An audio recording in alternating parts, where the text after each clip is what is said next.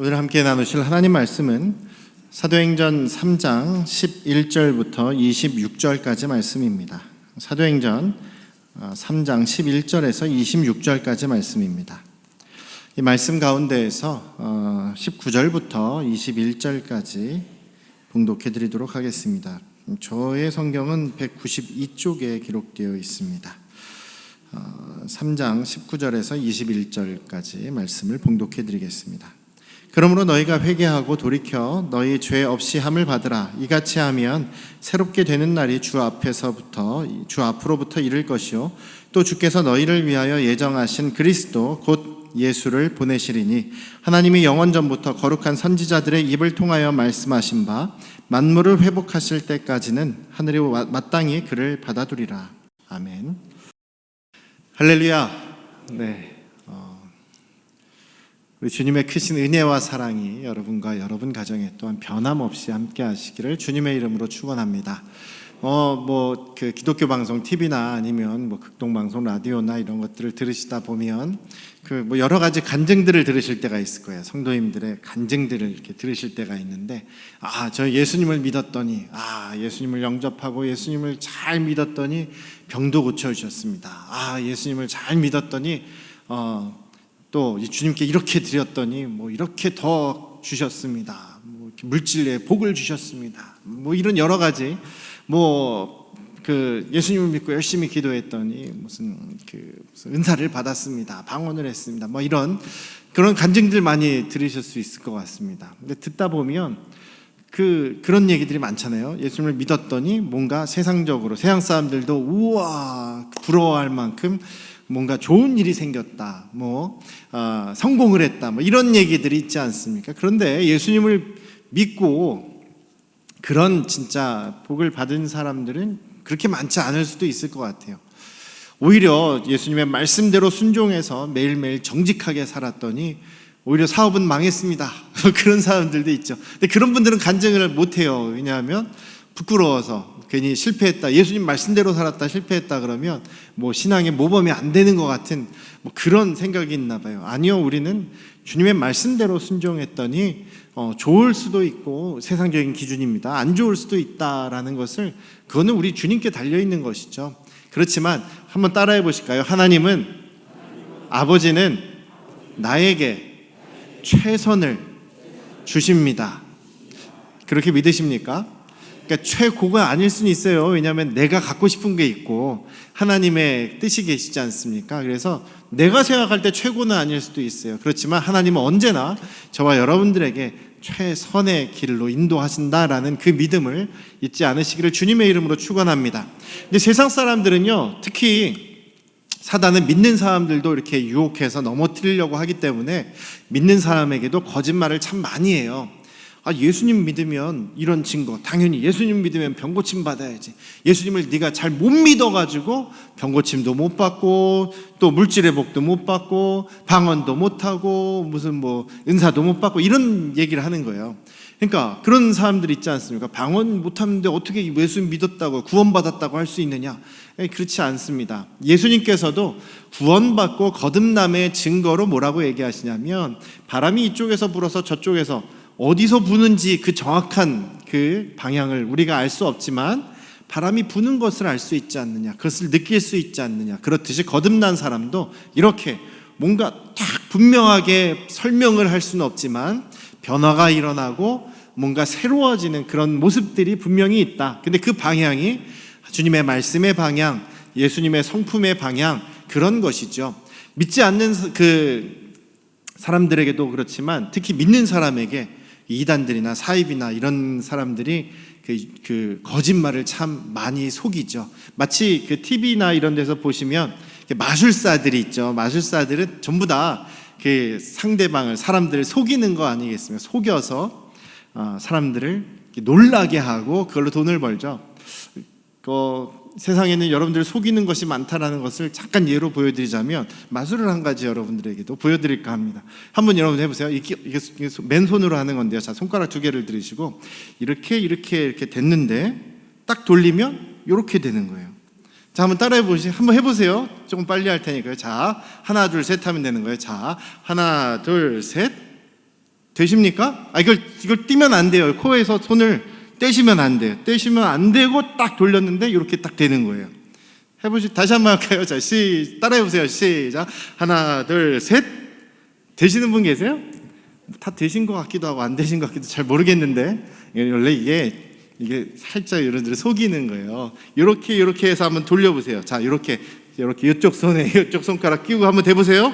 이렇게 돌려보세요. 안 돌아가죠? 코만 막히죠? 속일 때 어떻게 끼냐면 이렇게 꺾는 거예요. 이렇게 하나, 둘, 짠 하면은 이렇게 되는 거거든요. 이해가 안 되십니까? 그냥 세상이 나를 속이는 게 많다 이렇게 생각하시면 되는 거예요. 그래서 우리 믿음의 그 기준은, 우리 믿음의 근원은, 기초는 흔들리지 않는 진리의 기초를 하는 것이죠. 진리의 말씀에 우리의 구원을 기초하는 것입니다. 예수님께서 하신 말씀에 우리가 기초를 하는 거죠. 그래서 우리 침례교회는 성경에만 권위를 두고 말씀대로만, 말씀에 있는 것만 우리가 믿는 거예요. 예수님께서 내가 곧 길이요 진리요 생명이니 나로 말미암지 않고는 누구에도 하나님께로 아버지께로 올 자가 없다. 내가 곧 부활이요 생명이니 나를 믿는 자는 죽어도 살겠고 살아서 나를 믿는 자는 영원히 죽지 않는다. 하나님이 세상을 이처럼 사랑하셔서 독생자를 주셨으니 이는 그를, 예수 그리스도를 믿는 사람마다 멸망하지 않고 영원한 생명을 얻게 하겠다. 이런 이런 말씀들이 전부 다 우리에게 그 구원의 기준이 되는, 근거가 되는 말씀이다라는 것이죠. 우리는 그 말씀의 근거에서 예수님을 믿습니다. 그런데 오늘 이 본문, 이 사도행전 3장 말씀도 예수님 믿었더니 병 고침 받았다 이런 얘기를 하려는 것이 아니거든요. 자, 한 가지 보겠습니다. 지금 날 때부터 병자였던 이 사람이, 날 때부터 걷지 못했던 이 사람이 이제 걷게 되죠.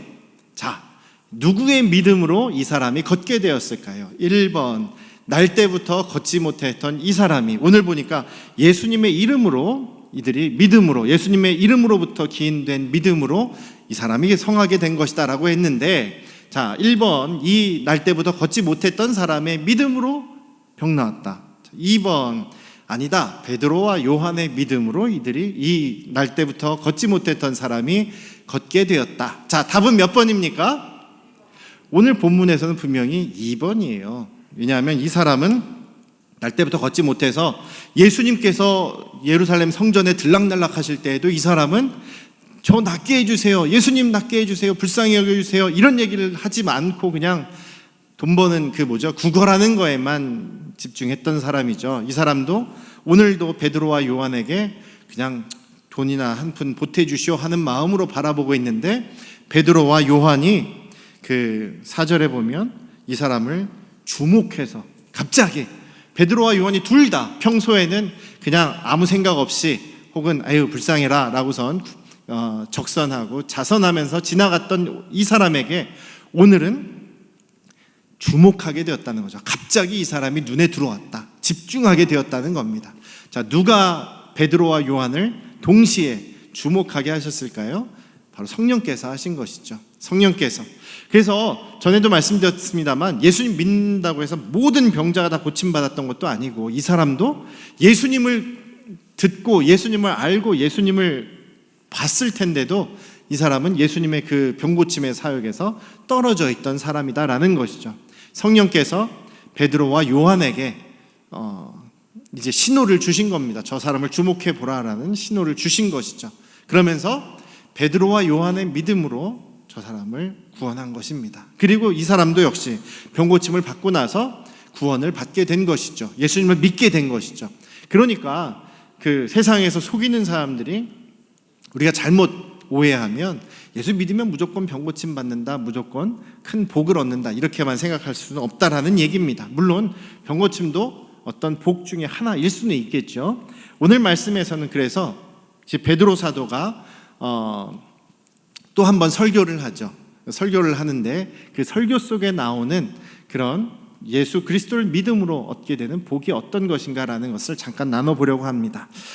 지금 이 말씀은, 오늘 본문의 말씀은 11절부터 26절까지의 말씀은 지난주에도 같이 나눴던 날 때부터 걷지 못했던 사람이 낫게 되는 일부터 시작이 됩니다. 낫게 되니까, 걸을 수 있게 되니까 갑자기 다리에 힘이 생겨서 막 뛰기도 하고 걷기도 하고 공중공중 뛰기도 하고 그러면서 기뻐하며 하나님을 찬양하면서 이제 성전 미문을 통해서 그 성전 안으로 들어가게 됩니다. 그림을 하나 보시면 옛날 헤롯 대왕 시대의 성전입니다.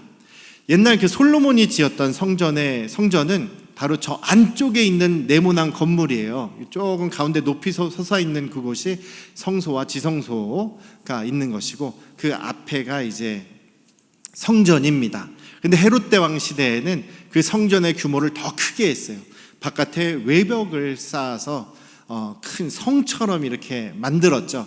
그러다 보니까 그 벽 쪽으로 해서 여러 가지 그 벽이 그냥 우리 돌담같이 벽돌로 그냥 쭉 담만 쌓여진 것이 아니라 거기에 공간이 있습니다.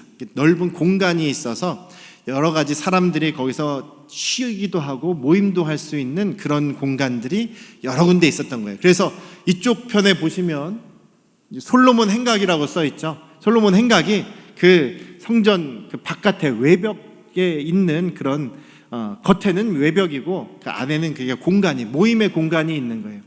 성전은 항상 동쪽으로 들어갑니다. 사람들은 이제 입구가 동쪽 문이에요. 솔로몬 행각 거기 바로 앞에 보면 이제 문이 있습니다.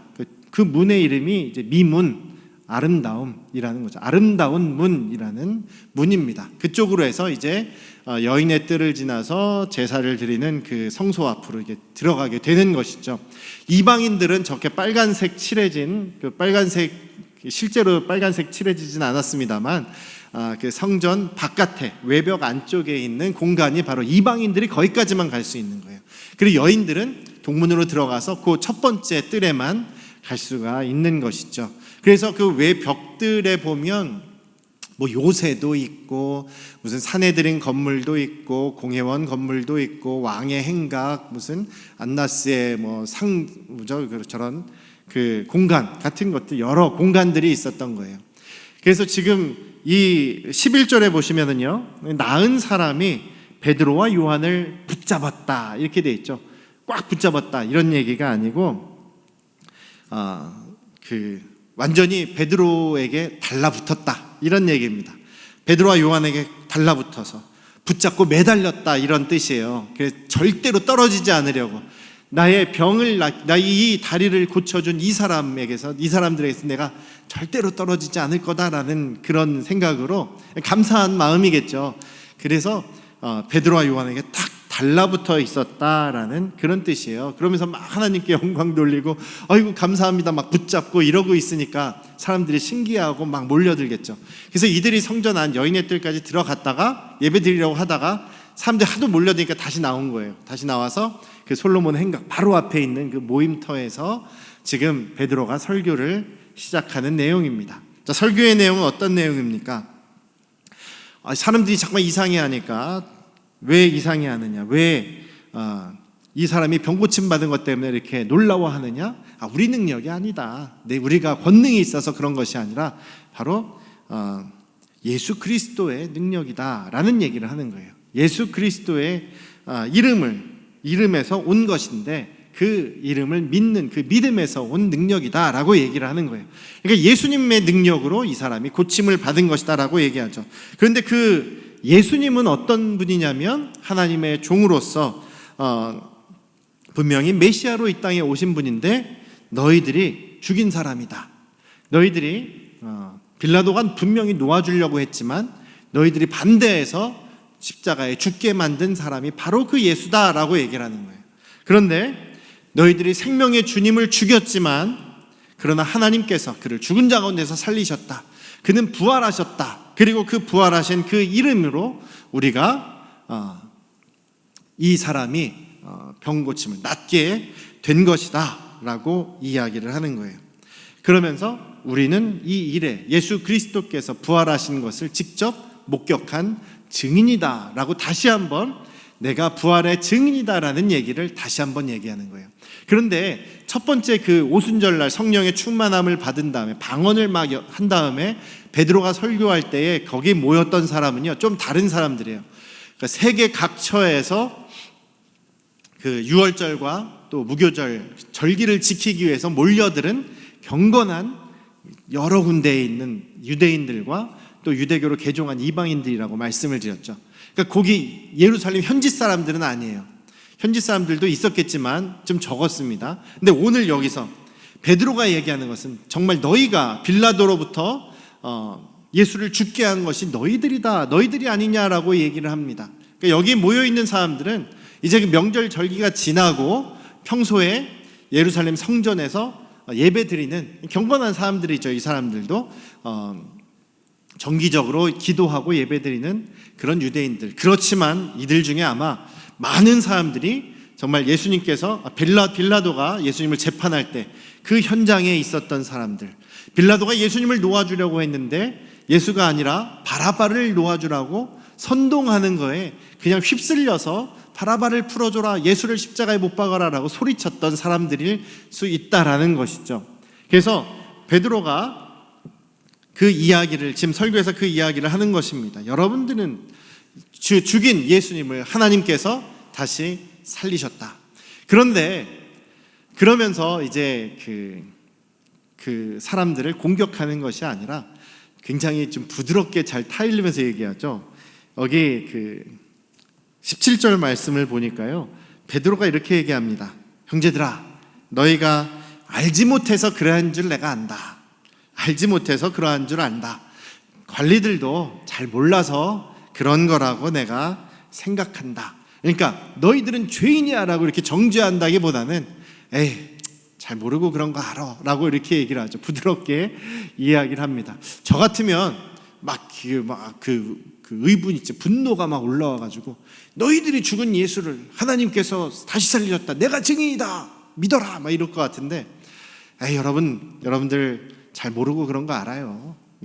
예수님 누군지, 예수님이 어떤 분인지 아마 잘 몰라서 그랬을 겁니다. 저도 알아요. 관리들도 아마 그랬을 거예요. 그렇지만 여러분들이 죽였다라고 생각하지만 그것은 벌써 모든 선지자들이 이미 하나님의 말씀을 통해서 예언한 바입니다. 예수님은 고난받으셔야 했고 죽음을 당하셔야 했습니다. 그렇지만 이제 예수님은 부활하신 것을 여러분들 알았으니까 이제 예수님을 믿으십시오. 이제 그 얘기가 오늘 설교의 내용이죠. 그래서 회개하고 돌이켜서 새롭게 되어서 온 세상 모든 민족이 받을 그 복을 받아라 라는 얘기입니다.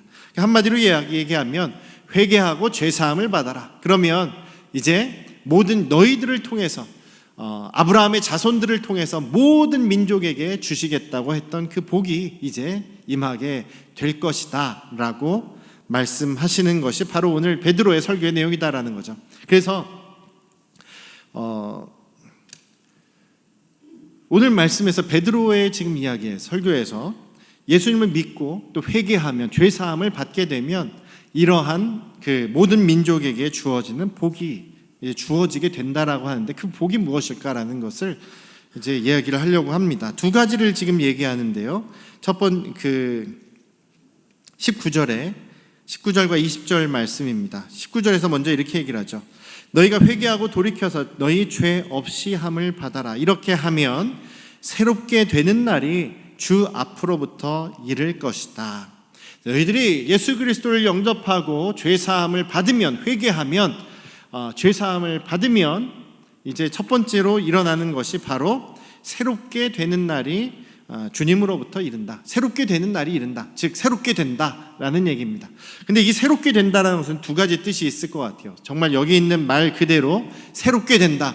우리의 신분이 변하게 된다. 우리가 새로운 사람이 된다. 거듭나게 된다. 새로운 존재가 된다라는 게 첫 번째 의미고요. 그 다음에 두 번째로는, 여기는 지금 이제 우리나라 말로는 이제 새롭게 된다라고만 번역을 했는데, 원래 원문에 두 가지 뜻이 있어요. 하나는 새롭게 된다, 하나 새롭게 변화된다라는 게 하나고요. 두 번째로는 편안하게 된다. 편안하게 된다. 평안을 얻게 된다라는 뜻도 여기에는 포함이 되어 있어요. 우리가 예수 그리스도를 영접하고 또 우리의 죄를 하나님 앞에 구하고 죄 용서를 받으면 두 가지가 동시에 일어나는 것 같다고 저도 그렇게 생각합니다. 하나는 우리가 변화되죠. 신분의 변화가 됩니다. 죄의 종, 멸망의 종에서 하나님의 자녀가 되는 그 변화가, 신분의 변화가 있게 되죠. 멸망받게 되는 우리의 운명이 영원한 생명을 소유하게 되는 생명을 가진 자, 생명의 사람으로 변화하게 되죠. 그리스도인 하나님 나라의 백성으로 우리가 변화하게 됩니다. 무엇보다도 이것이 가장 우리에게 있어서 크고 중요한 복이 아니겠냐라는 것이죠. 우리가 살면서 병고침도 받고 물질도 있으면, 물질의 복도 받으면 좋겠죠. 그러나 그것은 어쨌든 우리가 이 땅에서 살아가는 그 동안 몇십 년, 혹은 여러분들이 부를 자녀들에게 잘 물려줘서 3, 4대까지 자녀들이 부유하게 물질적인 어려움 없이 살아가면 그것도 좋겠죠. 그렇지만 우리에게 있어서 그런 부유함이나 건강하면 이 땅에 속해 있을 때만 해당되는 것 아니겠습니까? 가장 중요한 것은 우리 자체가 변화되는 복이겠죠. 하나님 나라에 속한 백성으로, 하나님의 자녀로 변화되는 것, 그것이 가장 우리에게 있어서 예수님을 믿음으로, 우리가 죄 사함 받음으로 누릴 수 있게 되는, 얻게 되는 가장 큰 복임을 다시 한번 잊지 않으시기를 주님의 이름으로 축원합니다. 이 새롭게 되는 것에는 두 가지 의미가 있다고 했죠. 우리가 변화되는 것, 두 번째로는 편안하게 되는 것. 평안하게 된다라는 것은 무엇이겠습니까? 우리의 영혼과 또 육신이 평안하게 되는 것. 여기에는 진짜 건강도 해당이 되겠죠. 오늘 날 때부터 걷지 못했던 이 사람이 다시 걷게 되는 것과 같은 그런 역사도 포함되어 있을 것입니다. 또 우리의 마음이 평화를 누리는 것, 행복한 것, 이것도 우리가 예수 그리스도를 믿음으로 죄사함의 결과로 얻게 되는 복이 아닐까 싶습니다. 편안하게 되는 것, 그때가 이르게 될 것이다라고 베드로 사도가 분명하게 이야기하고 있습니다. 예수 그리스도를 믿으심으로, 여러분들의 또 죄를 회개하심으로 죄사함의 복을, 죄사함의 은혜를 받으셨다고 믿으십니까? 그렇다면 여러분들은 이미 두 가지를 가지고 계신 것이다라는 것입니다. 하나님의 자녀가 되는 그런 변화의 복, 그리고 또 우리가 영육 간의 평안함을 누릴 수 있는 그런 평화의 복, 우리가 자유케 되는, 그런 모든 세상의 고통으로부터 자유케 되는 복이 우리 안에 이미 주어져 있음을 믿으시기를 주님의 이름으로 축원합니다. 두 번째로는요, 20절 말씀에 여기서 이렇게 말씀하시죠. 또 주께서 너희를 위하여 예정하신 그리스도 곧 예수를 보내실 것이다. 아니, 예수님 벌써 부활하시고 승천하셔서 하늘에 계신데 어떻게 또 예수님을 보내주신다고요? 성령을 통해서 성령을 보내주신다는 것이죠. 성령은 예수님의 영입니다. 예수 그리스도의 영입니다. 예수 그리스도의 영은 우리 믿는 모두에게 다 각각 부어주실 수 있는 주님의 영이다라는 것이죠. 주님의 영이 우리 안에 계시다라는 얘기는 무엇입니까? 우리가 매일매일 예수님과 함께 살아가고 함께 동행하는 것을 이야기하죠. 이것이 얼마나 우리에게 큰 복이겠느냐라는 것입니다. 죄사함의 결과 우리가 이러한 복을 당연하게도 받게 된다라는 것입니다.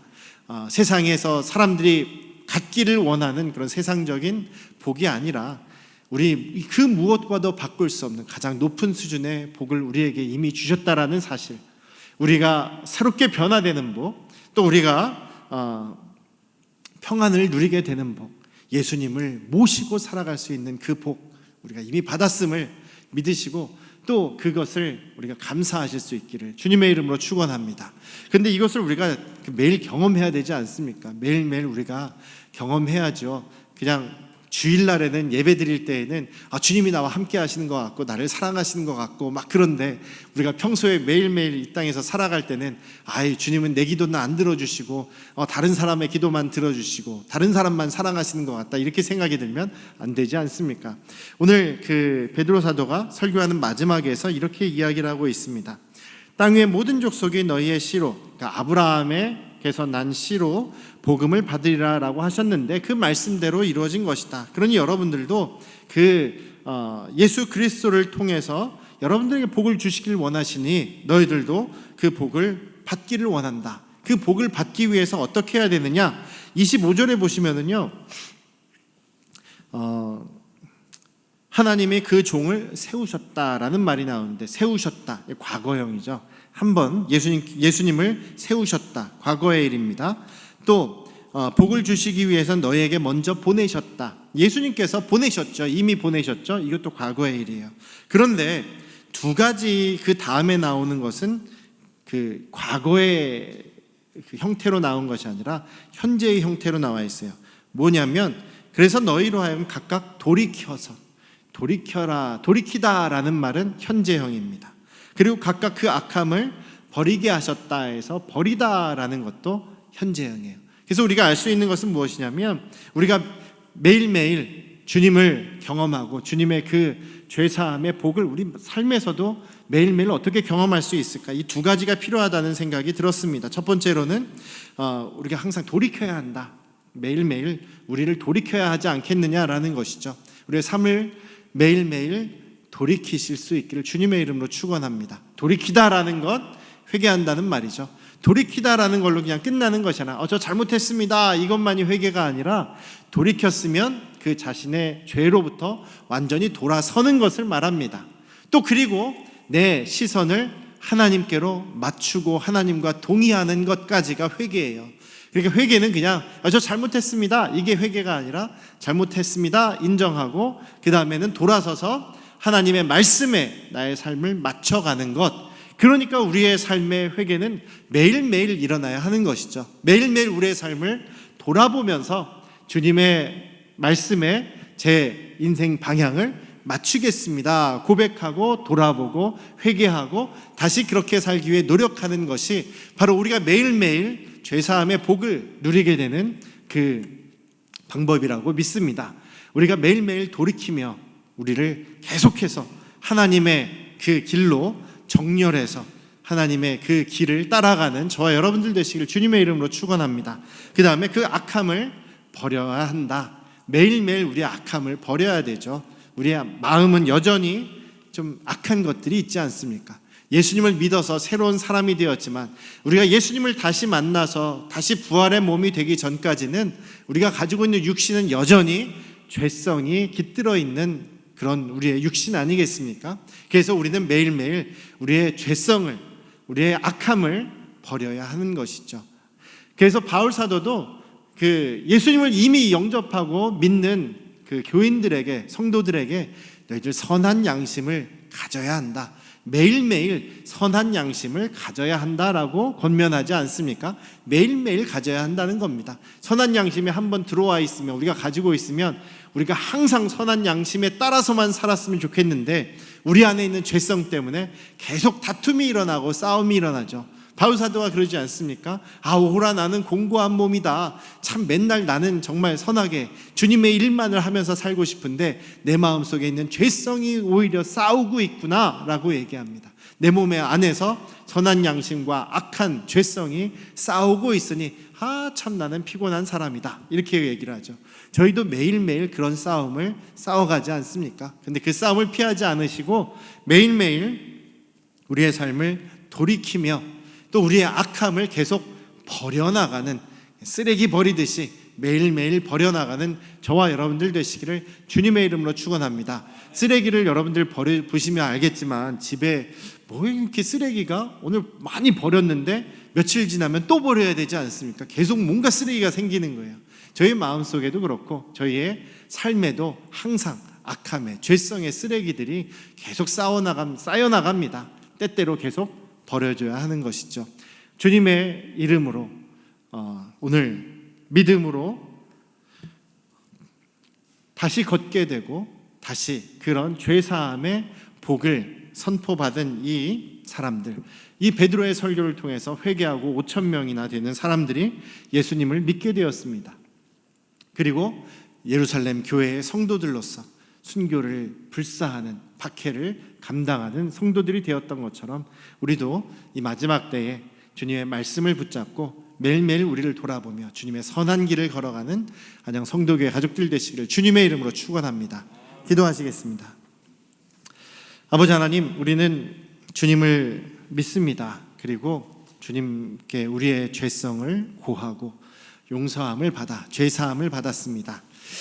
우리가 예수님을 모시고 살아가기 때문에 매일매일 우리가 믿음 안에서 흔들림 없이 정말 선한 길, 믿음의 길, 바른 길을 가기를 원합니다만 우리 몸에 있는 여전한 죄성 때문에 우리 안에서는 늘 싸움이 일어나고 늘 우리의 마음은 전쟁터가 되어서 정말 주님의 마음과 또 세상적인 죄성이 싸우는 정말 피곤한 모습이 바로 우리의 모습임을 고백합니다. 우리가 매일매일 그렇지만 우리 자신을 돌아보며 주님께로 우리의 시선을 맞추고 우리의 삶에서 악한 것들을 계속 버리는 그런 삶을 통하여서 매일매일 주님의 그 은혜, 주님께 받은 그 죄사함의 복을 매일매일 누리며 경험하는 우리 안양 성도교회 가족들 되도록 역사하여 주시옵소서. 이제는 우리를 죄에서 구원하신 예수 그리스도의 은혜와